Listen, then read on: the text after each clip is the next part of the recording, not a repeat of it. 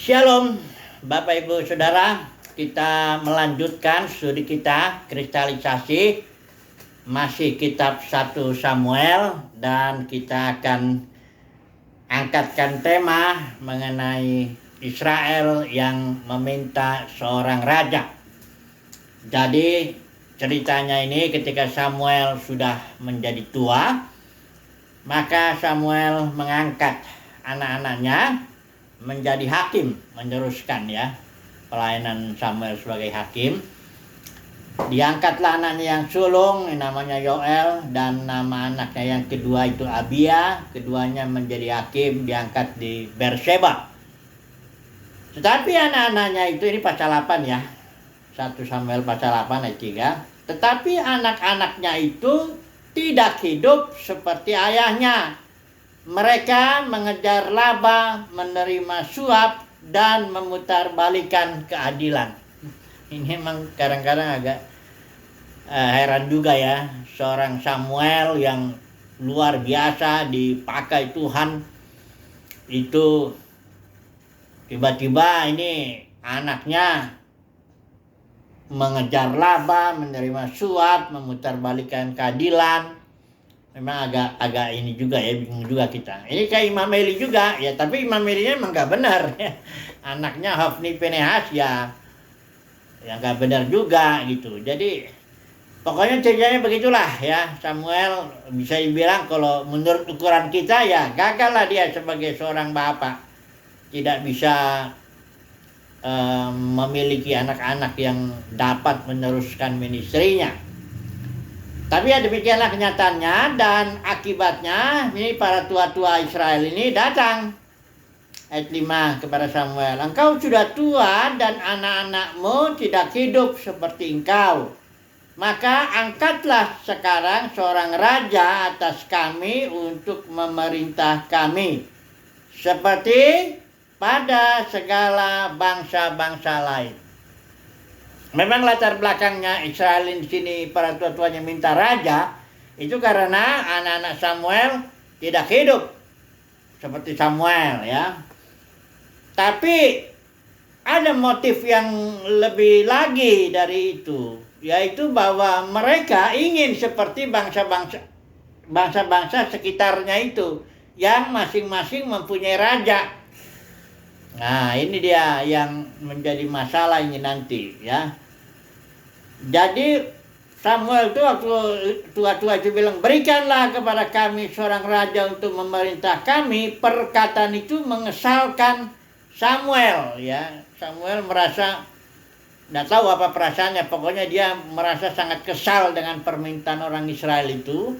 Tapi Tuhan bilang begini, jangan kamu kesal karena mereka meminta raja agar sama seperti bangsa-bangsa lain itu, artinya menolak aku, kata Tuhan, sebagai raja.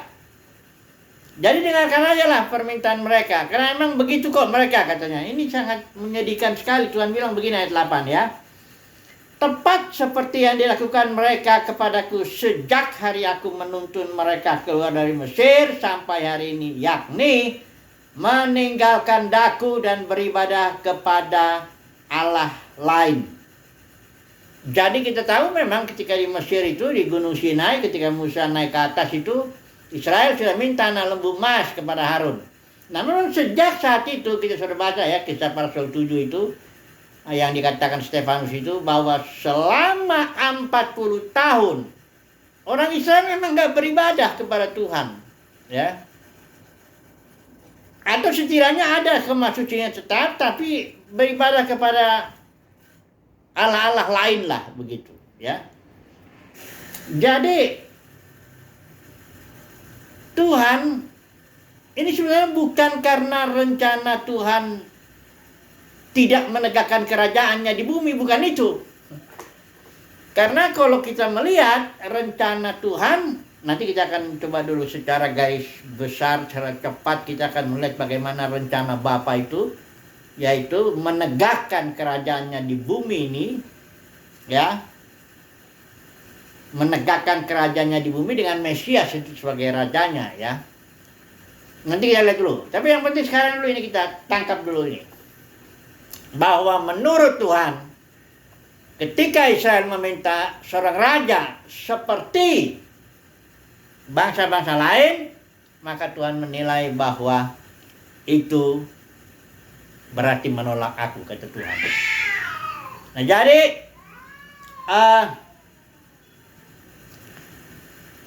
sekali lagi ya, bukan karena Tuhan, karena memang rencana Tuhan itu menegakkan kerajaannya di bumi, ya. Tapi Tuhan tidak bisa dipaksa, baik waktunya maupun caranya untuk melakukan kehendaknya. Tidak bisa begitu. Israel harus, ya, karena begini, Israel itu harus mengikuti, ya, Tuhan, atau beribadah kepada Tuhan, mengikuti aturan main Tuhan, mengikuti waktu Tuhan, mengikuti cara-cara Tuhan. Jadi begitu. Jangan Israel karena dia melihat bangsa-bangsa lain, dia terus ingin meminta raja. Nah, ini berbahaya. Karena begini ya, kalau rencana Bapa itu betul-betul memang dia mau menegakkan kerajaannya di bumi, hanya ada aturan main, ada cara Tuhan, ada waktu Tuhan. Ya, kalau kita lihat misalnya Tuhan Yesus, dia ngajarin doanya kepada muridnya. Berdoalah, ya, datanglah kerajaanmu. Ya. Suruh datang kerajaanmu, maksudnya apa? Datanglah kerajaan sorga itu turun ke bumi. Kayak Yerusalem baru itu yang simbol, kota itu selalu simbol pemerintahan.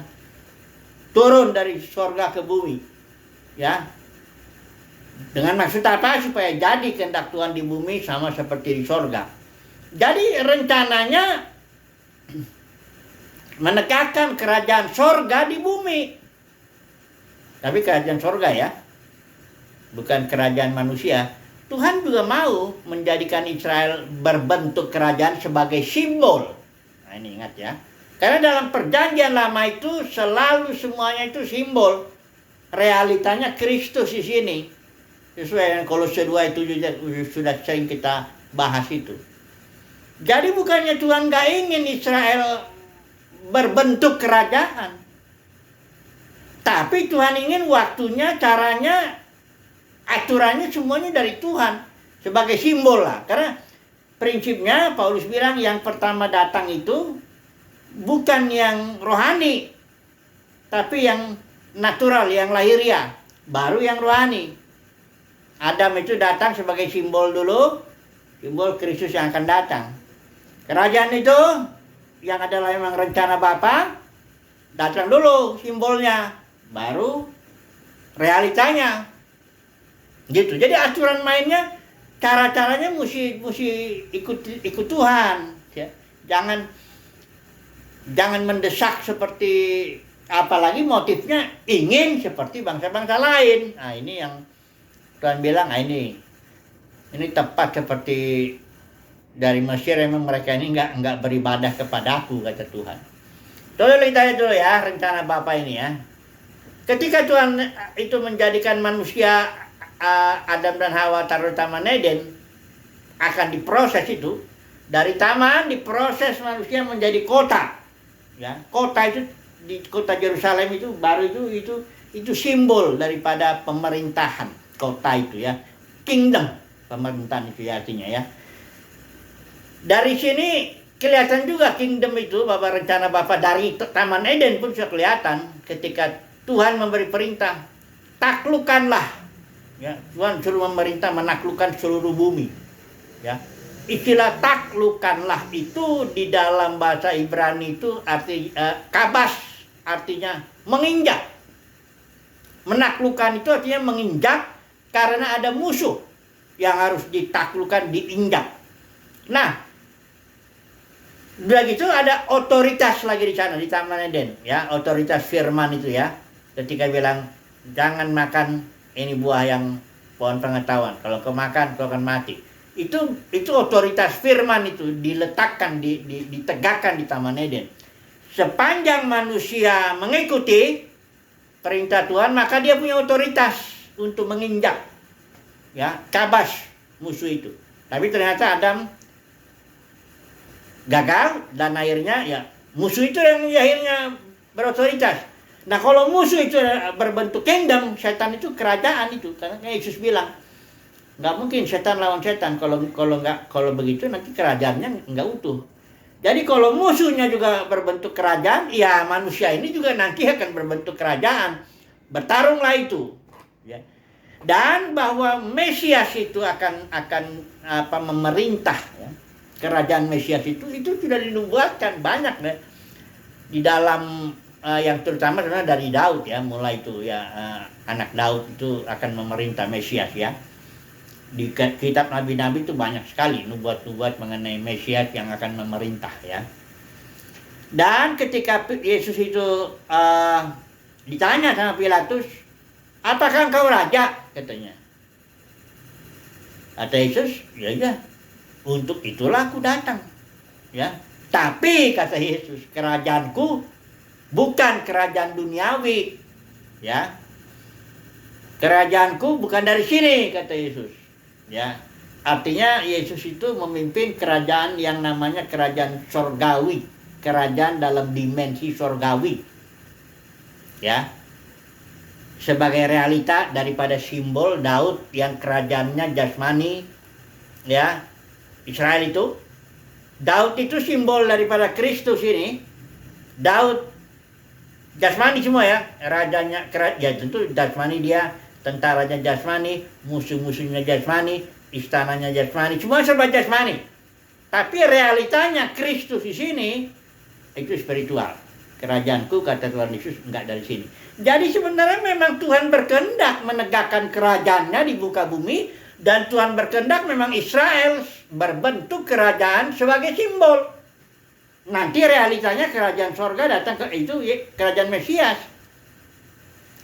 Yesus bilang itu kan, menurut kamu, dia tanya sekali waktu kepada orang Farisi kan, menurut kamu Mesias itu anak siapa? Orang Farisi langsung dengan cepat jawab, Mesias itu anak Daud. Memang begitu. Tapi Yesus balikin lagi. Itu buktinya di Mazmur ada tertulis, Daud berbicara kepada Mesias itu, anaknya itu, menyebutnya Tuhan. Terus kata Yesus, bagaimana mungkin kalau Mesias itu anak Daud, kok Daud menyebut dia Tuhan? Orang Farisi nggak bisa jawab. Sebenarnya sederhana penjelasannya, yaitu bahwa Mesias ini dimensi kerajaannya itu lebih tinggi daripada kerajaan Daud yang dimensinya bumi ya. Jadi kerajaan Mesias itu dimensi surgawi turun di bumi, dan simbolnya adalah kerajaan Daud. Jadi sebenarnya Tuhan berkehendak ya bahwa Israel berbentuk kerajaan sebagai simbol. Nah, ini dia ya. Tapi kalau permintaan ini yang minta raja yang di sini, ini masalahnya minta rajanya dia ingin seperti kebiasaan bangsa-bangsa. Jadi bukannya program Tuhan gitu loh. Tuhan memang programnya menegakkan kerajaannya di bumi sebagai simbolnya kerajaan Israel, realitanya kerajaan Mesias, yaitu dalam dimensi yang lebih tinggi. Ini memang udah rencana Tuhan bahkan dari Taman Eden. Cuma Israel meminta raja itu motifnya nggak benar. Dia ingin seperti bangsa-bangsa lain.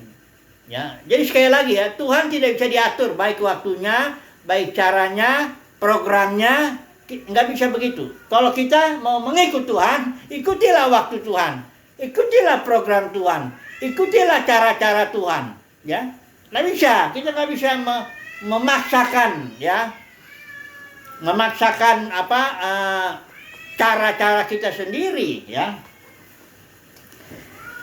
Baik, ya. Jadi sekarang mari kita langsung aplikasikan kepada gereja. Nah ini ya, gereja ini, karena Israel itu kan simbol ya, gereja realitanya ini di sini. Perhatikan ya, ini jangan salah ini. Israel itu berbentuk kerajaan sebagai simbol memang kehendak Tuhan. Betul ya? Israel berbentuk kerajaan sebagai simbol ya, Daud rajanya ya. Itu yang paling berkenan ya, Daud selalu begitu. Sementara Gereja berbentuk kerajaan, betul. Memang gereja berbentuk kerajaan dalam arti Mesias dalam arti dimensi yang lebih tinggi. Kerajaan sorga yang ditegakkan di bumi melalui agennya itu, organisme itu. Jadi organisme itu, gereja itu sebenarnya lebih tepatnya begini. Organisme itu atau gereja itu agen kerajaan sorga. Artinya yang menghadirkan kerajaan sorga di bumi. Itu gereja. Gereja adalah agen atau organisme yang menghadirkan kerajaan sorga di bumi. Harus memperjuangkan itu, nilai-nilai kerajaan, kuasa kerajaan. Ya, makanya waktu murid-murid disuruh beritakan itu Injil kerajaan, kabar baik kerajaan, kingdom. Ya. Apa manifestasi yang utama kingdom itu? Yaitu orang sakit disembuhkan, yang lapar dikasih makan, yang mati dibangkitkan.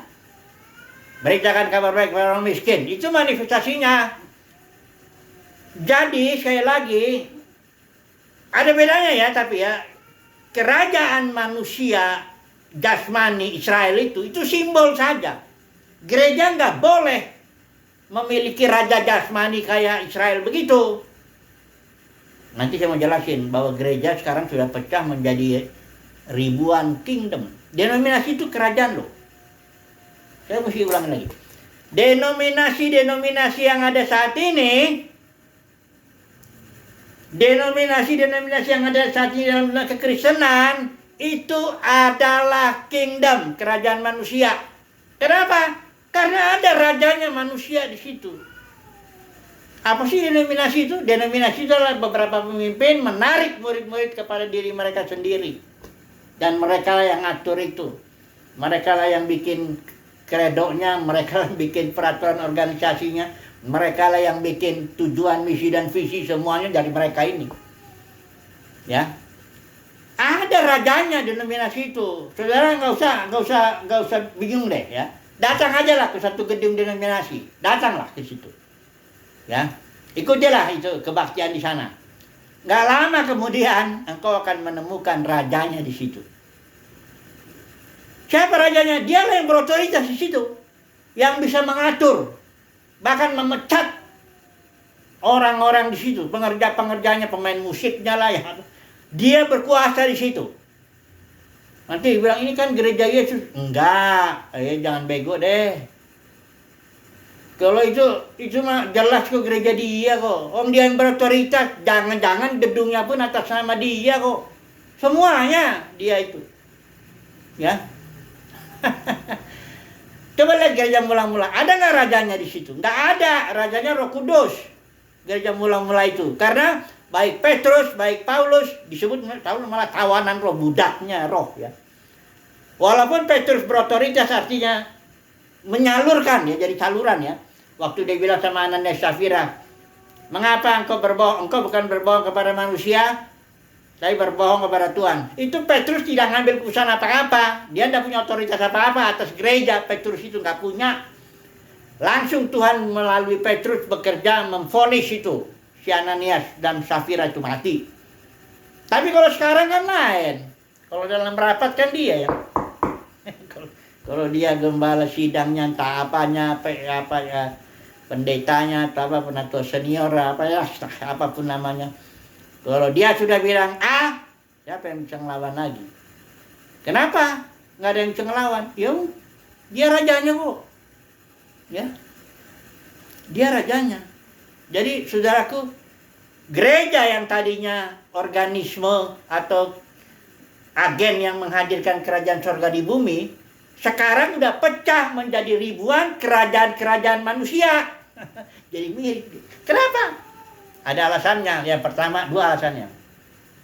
Yang pertama, memang di Kisah Para Rasul sendiri, para pemimpin memang ingin jadi raja. Dia ingin jadi raja. Ya, kenapa gereja punya raja sekarang pecah menjadi ribuan denominasi dengan raja-raja itu? Ya karena ada orang ingin jadi raja. Para pemimpin itu loh. Ya ingin jadi raja, ingin berkuasa, ingin berotoritas, ingin ngatur. Gereja Tuhan itu. Dia itu rajanya. Kedua, jemaat juga memang minta raja. Cocok lah itu. Yang satu para pemimpin ini mau jadi raja, jemaat ini minta raja. Kelop, ketemu dia. Ketemu saudaraku. Ya. Kalau saya bilang ini pokoknya setiap aliran itu ada rajanya lah. Entah rajanya itu udah mati, entah tidak, itu pokoknya entah aliran itu namanya Pantekosta yang berbagai macamnya, karismatik atau reform atau apa, Injili lah, yang apa namanya, ada rajanya. Dan kalau raja itu bilang ngomong, oh enggak bisa salah itu. Kalau dalam Katolik juga begitu juga. Kalau Paus sudah ngomong, oh, ya the father can do no wrong. Jadi kalau itu bapak itu panggil enggak bisa buat salah.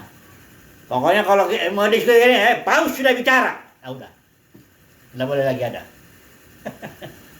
Jadi dia rajanya, punya otoritas. Ya. Kalau Sianu kalau misalnya satu aliran tertentu, ini rajanya, dia sudah khotbah, udah ngomong, nggak boleh bantah-bantah, seluruh aliran ini turut. Nggak bisa itu, ya nggak ada boleh apa, karena dia rajanya. Itulah dia keadaan gereja yang mirip dengan Israel itu, minta raja. Kalau gereja itu menjadi ribuan denominasi karena ada yang ingin menjadi raja, ada yang minta raja. Cocok, ketemu lagi. Oke lah, kesimpulannya apa ini? Kesimpulannya jadi apa ini? Israel minta raja. Gereja juga minta raja. Dan juga ada yang pengen jadi raja. Cocoklah sudah. Kesimpulannya sama. Tuhan bilang mereka menolak aku sebagai raja.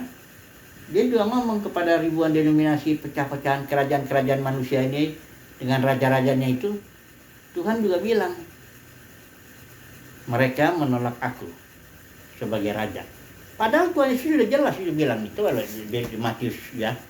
Yesus sudah bilang bahwa aku ingin menjadi, akulah rajamu sebenarnya. Ini ya. Matius 23 itu ya. Ini konteksnya, ini Yesus sedang membandingkan orang dia, komunitas Yesus yang gereja itu dengan orang Farisi itu, Yudaisme.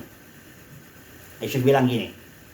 Dibilangkan ini, ahli-ahli Taurat dan orang-orang Farisi telah menduduki kursi Musa. Dan memang itu simbol. Nggak apa-apa. Ya, makanya Yesus bilang, sebab itu turutilah dan lakukanlah segala sesuatu yang mereka ajarkan. Karena apa? Karena memang mereka itu simbol. Israel itu keagamannya, Yudaisme itu memang simbol sebenarnya. Ya. Kayak bayi suci itu kan simbol. Realitanya semuanya Kristus di sini kan. Kemasuk soal Farisinya brengsek atau enggak itu urusan yang lain. Tapi bahwa perjanjian lama itu dengan segala apanya itu simbol, itu betul. Ya. Mereka sudah duduki kursi Musa. Oleh sebab itu saya bilang turut sama mereka. Tapi kan orang Farisi nggak benar, jangan jangan kamu turutin perbuatannya. Dia mau ngajarin tapi nggak mau ngelakuin gitu loh. Tapi, nah lihat perhatikan ayat 6, ayat 8. Tetapi kamu, artinya komunitas kerajaan surga itu ke gereja. Tetapi kamu, janganlah kamu disebut rabi, karena hanya satu rabimu, dan kamu semua adalah saudara. Dan janganlah kamu menyebut siapapun bapak di bumi ini, karena hanya satu bapakmu, yaitu dia yang di surga. Perhatikan 10 lagi. Janganlah pula kamu disebut mimpin. Artinya tidak ada seorang pun di antara kalian yang punya otoritas atur-atur gerejaku, kata Tuhan Yesus. Tidak ada seorang pun dari kalian punya kursi Musa. Tidak ada. Ya. Janganlah kamu disebut mimpin karena hanya satu pemimpinmu, yaitu Mesias. Ini jelas. Tuhan Yesus tidak ingin gerejanya itu minta raja.